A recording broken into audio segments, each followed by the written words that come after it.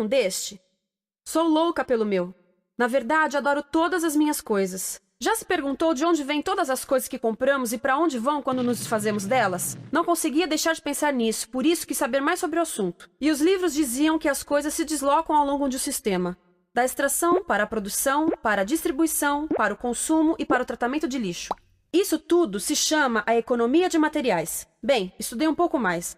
Eu passei 10 anos viajando pelo mundo atrás de pistas de onde vêm as nossas coisas e para onde vão. E sabe o que eu descobri? Esta não é toda a história. Falta muita coisa nessa explicação.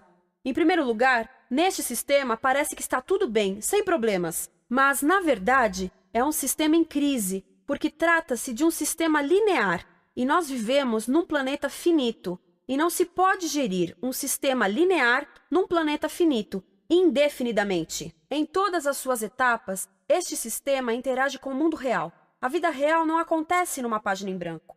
Interage com sociedades, culturas, economias, o ambiente, e durante as etapas a vida vai se chocando contra seus limites. Limites que aqui não vemos porque o diagrama está incompleto.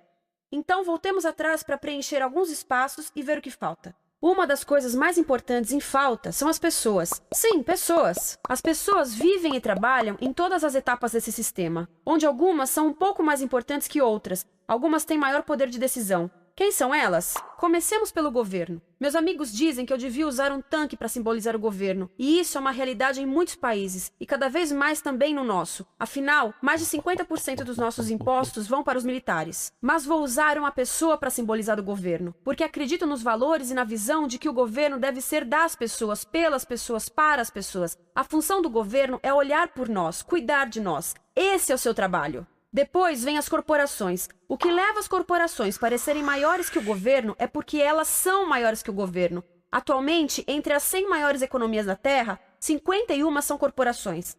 À medida que as corporações foram crescendo, em tamanho e poder, assistimos a uma pequena mudança no governo, como se estivessem mais preocupados com o bem-estar deles do que com o nosso. Muito bem, então vejamos o que mais falta nessa imagem. Começaremos pela extração, que é uma palavra pomposa para exploração de recursos naturais, que por sua vez é uma palavra pomposa para destruir o planeta. A verdade é que cortamos as árvores, arrebentamos as montanhas para extrair os metais, consumimos toda a água e exterminamos os animais. Aqui enfrentamos o nosso primeiro limite. Estamos ficando sem recursos naturais. Estamos utilizando demasiados materiais. Sei que isto pode ser difícil de ouvir, mas é a verdade. Por isso temos que lidar com isso. Durante apenas as 3 últimas décadas, foram consumidos 33% dos recursos naturais do planeta. Desapareceram. Cortamos, minamos, perfuramos e destruímos o planeta tão depressa que estamos debilitando a capacidade do planeta para sustentar o nosso modo de vida. Aonde eu vivo, nos Estados Unidos, resta-nos menos de 4% da nossa floresta original. 40% dos cursos de água estão impróprios para o consumo. E o nosso problema não é apenas estarmos utilizando demasiados recursos, mas o fato de estarmos utilizando mais do que a nossa parte. Temos 5% da população mundial, mas usamos 30% dos recursos mundiais. Se todos consumissem ao ritmo dos Estados Unidos, precisaríamos de 3 a 5 planetas. E sabem uma coisa? Só temos um. Então, a resposta do meu país a essa limitação é simplesmente ir tomar dos outros. Este é o terceiro mundo, que alguém dirá tratar-se apenas de uma expressão para designar o local para onde foram as nossas matérias-primas. E o que é que acontece? A mesma coisa, destruição do local. 75% das zonas de pesca do planeta estão sendo exploradas ao máximo ou além da sua capacidade. Desapareceram 80% das florestas originais do planeta. Só na Amazônia perdemos 2.000 árvores por minuto, o equivalente a um campo de futebol por minuto. Então, e as pessoas que vivem aqui? Bem, de acordo com esses sujeitos, eles não são donos desses recursos, mesmo que vivam lá há gerações. Não são donos dos meios de produção, nem compram muitas coisas. Nesse sistema, quem não possui nem compra muitas coisas não tem valor. A seguir, as matérias-primas seguem para a produção, onde utilizamos energia para misturar químicos tóxicos com recursos naturais para produzir produtos contaminados com tóxicos. Há atualmente no comércio mais de 100.000 químicos sintéticos.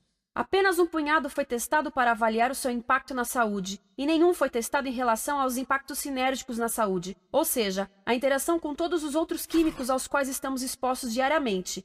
Por isso, desconhecemos o impacto total deles na saúde e no ambiente. Mas sabemos uma coisa: os tóxicos entram e saem. Enquanto continuarmos a introduzi-los nos nossos sistemas de produção industrial, continuaremos a inserir esses tóxicos nos produtos que levamos para nossas casas, trabalho e escolas, e claro, para nossos corpos. Como os BFRs, ou retardantes de incêndio à base de brometo, que tornam as coisas mais resistentes ao fogo, mas são super tóxicos. São neurotóxicos, ou seja, tóxicos para o cérebro. O que é que estamos fazendo usando esses químicos? Apesar disso, os usamos em nossos computadores, eletrodomésticos, sofás, colchões e até alguns travesseiros. Sim, pegamos nossos travesseiros, os revestimos com neurotoxinas, levamos para casa e dormimos por 8 horas com eles. Não sei, mas acho que num país com tanto potencial, poderíamos ter uma maneira melhor de evitar que as cabeças peguem fogo à noite. Sabia que essas toxinas vão se acumulando ao longo da cadeia alimentar e se concentram nos nossos corpos? Sabe qual é o alimento do topo da cadeia alimentar com o nível mais elevado de químicos tóxicos? O leite materno. Isto significa que os menores membros das nossas sociedades, os nossos bebês, recebem as maiores doses de químicos tóxicos das suas vidas a partir do leite das suas mães. Não acha que é uma incrível violação? A amamentação deveria ser o mais importante ato humano de nutrição. Deveria ser algo sagrado e seguro. A amamentação continua a ser o melhor e as mães devem amamentar, mas nós deveríamos proteger esse ato. Eles deviam protegê-lo. Eu pensava que zelavam pelos nossos interesses. As pessoas que mais sofrem com esses produtos químicos são os trabalhadores das fábricas. Muitos são mulheres em idade reprodutiva que trabalham com toxinas que afetam a gestação, carcinogênicos e muito mais. Agora eu pergunto, que tipo de mulher em idade reprodutiva trabalharia num emprego deste, exposta a estas toxinas, a não ser uma mulher sem outra alternativa? Essa é uma das maravilhas desse sistema. A erosão dos ecossistemas e economias locais aqui garante um fluxo constante de pessoas sem alternativas. No mundo, há 200 mil pessoas por dia se deslocando de ambientes que as sustentaram ao longo de gerações para cidades, onde muitas vivem em bairros de lata, à procura de emprego, por mais tóxico que seja. Não só os recursos são desperdiçados ao longo desse sistema, mas também pessoas, comunidades inteiras são desfeitas. Sim, as toxinas entram e saem. Muitas delas saem das fábricas em produtos, e muitas mais saem como subprodutos, ou poluição. E estamos falando de muita poluição. Nos Estados Unidos, as indústrias admitem liberar mais de 1.800.000 quilos de químicos tóxicos por ano. Deve ser muito mais, porque isso é o que eles admitem. Trata-se de outro limite, porque quem quer ver e respirar 1.800.000 quilos de químicos tóxicos por ano? Então o que eles fazem? Mudam as fábricas poluidoras para o estrangeiro, para poluir outros países. Mas, surpresa, grande parte dessa poluição volta para nós trazida pelo vento. E o que acontece depois de todos os recursos naturais serem transformados em produtos? Passam por aqui, para a distribuição, o que significa vender todo o lixo contaminado com toxinas o mais rápido possível.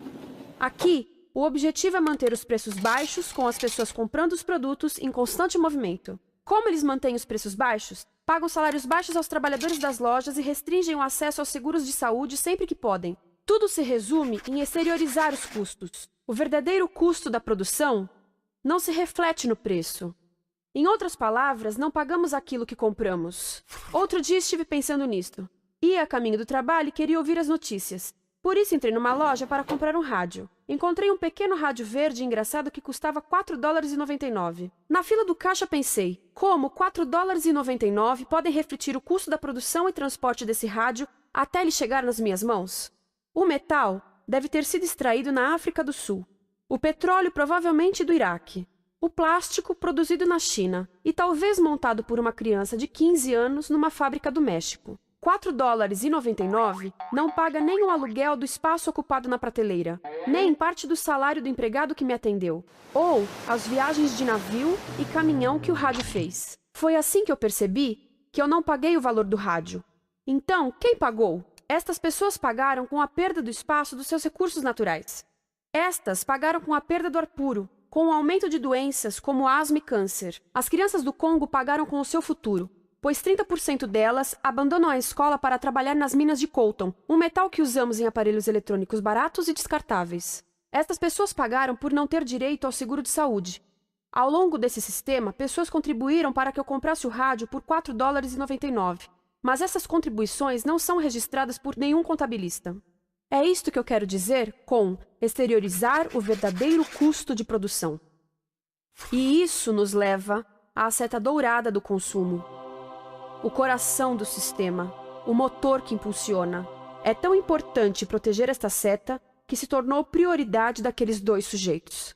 É por isso que, após o 11 de setembro, quando nosso país estava em choque, o presidente Bush poderia ter sugerido fazer luto, rezar, ter esperança, mas não, ele disse para fazermos compras. Compras! Nos tornamos uma nação de consumidores. Nossa principal identidade passou a ser de consumidores. Não mães, professores, agricultores, mas consumidores. Nosso valor é medido e demonstrado pelo quanto contribuímos para esta seta. Quanto consumimos. Não é isso que fazemos? Compramos, compramos, compramos. Manter os produtos circulando. E como circulam? Sabe qual a porcentagem dos produtos que circulam através desse sistema que ainda são usados 6 meses depois da venda na América do Norte? 50%? 20%? Não, 1%. 1.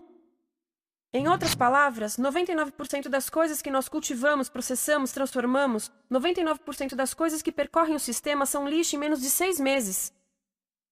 Como é que podemos gerir um planeta com esse nível de rendimento? Mas não foi sempre assim. Hoje, o consumidor médio americano consome o dobro que há 50 anos. Pergunte à sua avó. No tempo dela, a boa gestão, a engenhosidade e a poupança eram valorizados. Então, como é que isso aconteceu? Bem, não aconteceu simplesmente. Foi planejado. Pouco depois da Segunda Guerra Mundial, estes sujeitos estudavam a forma de impulsionar a economia. O analista de vendas Victor Lebow articulou a solução que se tornaria a norma de todo o sistema. Ele disse: a nossa enorme economia produtiva exige que façamos do consumo a nossa forma de vida, que tornemos a compra e uso de bens em rituais, que procuremos a nossa satisfação espiritual, a satisfação do nosso ego no consumo. Precisamos que as coisas sejam consumidas, destruídas, substituídas e descartadas a um ritmo cada vez maior. O conselheiro econômico do presidente Eisenhower disse: o principal objetivo da economia americana é produzir mais bens de consumo. Mais bens de consumo? O nosso principal objetivo? Não é providenciar cuidados médicos, ou educação, ou transportes seguros, ou sustentabilidade, ou justiça? Bens de consumo? Como é que eles nos fizeram adotar esse sistema de forma tão entusiástica? Bem, 2 das suas estratégias mais bem-sucedidas são a obsolescência planejada e a obsolescência perceptiva. A obsolescência planejada é uma outra forma de dizer criado para ir para o lixo.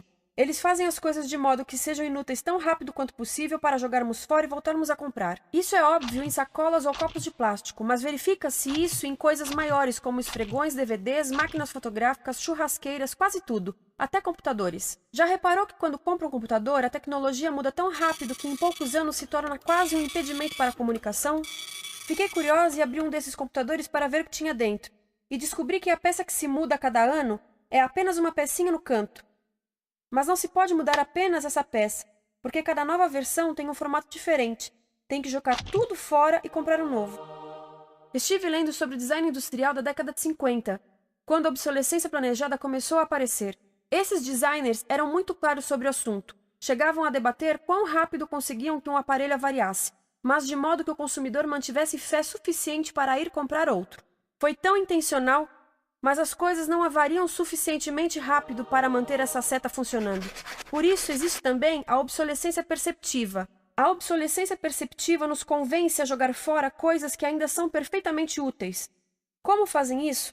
Mudam a aparência das coisas. Por isso, se comprou suas coisas há alguns anos, todos percebem que você não tem contribuído para essa seta. E como o nosso valor depende da nossa contribuição para essa seta, isso pode ser embaraçoso. Por exemplo, se eu tiver o mesmo monitor de computador gordo e branco na minha mesa por 5 anos e a minha colega tiver comprado um computador novo, ela vai ter um monitor plano brilhante que combina com o computador, com o celular e até com as canetas.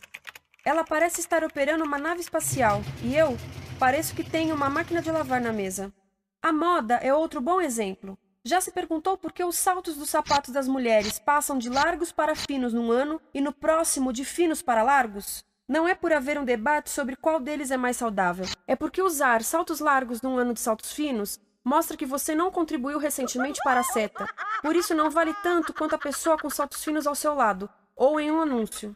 É para comprarmos sapatos novos. A publicidade e a mídia em geral têm um papel importante nisto. Cada um de nós nos Estados Unidos é bombardeado com mais de 3.000 anúncios por dia. Vemos mais publicidade num ano do que as pessoas há 50 anos viam em toda a vida.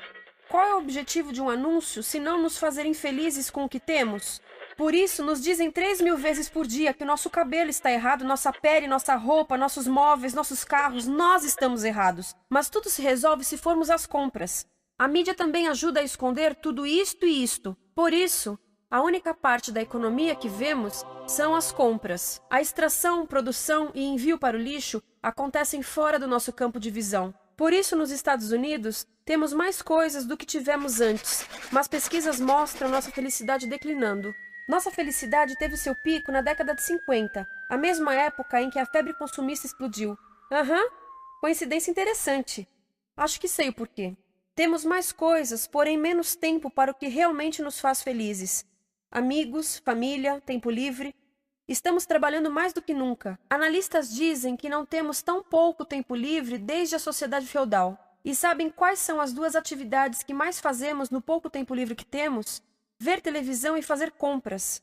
Nós, americanos, passamos 3 a 4 vezes mais tempo comprando do que os europeus. Assim, nessa situação ridícula, vamos trabalhar talvez em 2 empregos, e quando chegamos em casa exaustos e sentamos no sofá novo para ver televisão, os anúncios dizem que não prestamos, então vamos às compras para nos sentirmos melhor. Depois trabalhamos mais para pagar o que compramos e chegamos em casa mais cansados, vemos mais televisão que nos diz para fazermos compras outra vez. E estamos nesse ciclo de trabalhar, ver, comprar, e podíamos simplesmente parar. Então, no final, o que acontece a todas essas coisas que compramos? Nesse ritmo de consumo, não cabe tudo em casa, apesar do tamanho médio das casas ter duplicado nesse país desde os anos 70. Vai tudo para o lixo, e isso nos leva ao tratamento do lixo. Essa é a parte da economia de materiais que conhecemos melhor, porque nós temos de levar o lixo até a esquina. Cada americano produz 2 quilos de lixo por dia, o dobro do que fazíamos há 30 anos. Todo esse lixo ou é despejado num aterro, que é um grande buraco no chão, ou ainda pior, primeiro é incinerado e depois despejado no aterro. As duas formas poluem o ar, o solo, a água, sem esquecer que alteram o clima. A incineração é realmente ruim. Lembra daqueles tóxicos da fase da produção? Bem, queimar o lixo libera esses tóxicos no ar. Pior ainda, produz supertóxicos novos, como a dioxina. A dioxina é a substância mais tóxica feita pelo homem, e os incineradores são a principal fonte de dioxina. Isso significa que podemos parar a principal fonte da mais tóxica substância conhecida e feita pelo homem, simplesmente parando de queimar o lixo. E podemos parar hoje. Algumas empresas não querem criar aterros e incineradores aqui. Por isso, também exportam os resíduos. Então, e a reciclagem? A reciclagem ajuda? Sim, a reciclagem ajuda. Ela reduz o lixo nessa extremidade e depois reduz a pressão para minerar e colher mais nessa extremidade. Sim, sim, sim, todos devemos reciclar, mas reciclar não é o suficiente. Reciclar nunca será suficiente, por 2 razões. Primeiro, o lixo que vem das nossas casas é apenas a ponta do iceberg. Para cada saco de lixo que deixamos na esquina, 70 sacos de lixo são criados anteriormente, só para fazer o lixo desse saco que deixamos na esquina. Assim, mesmo que pudéssemos reciclar 100% do lixo das nossas casas, não se chegaria ao coração do problema. Além disso, grande parte do lixo não pode ser reciclado, ou porque contém demasiados tóxicos, ou porque é criado de início para não ser reciclável. Como aquelas caixas de suco, que têm as camadas de metal, papel e plástico, todas coladas.